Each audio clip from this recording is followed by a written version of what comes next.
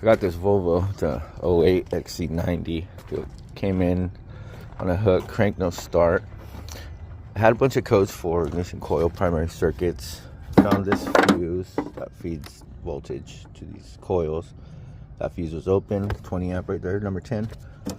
Replaced it and it started, and then it died. And I'm looking, I see a bunch of smoke, and I see that guy. Look at that coil. It's like blown up, melted.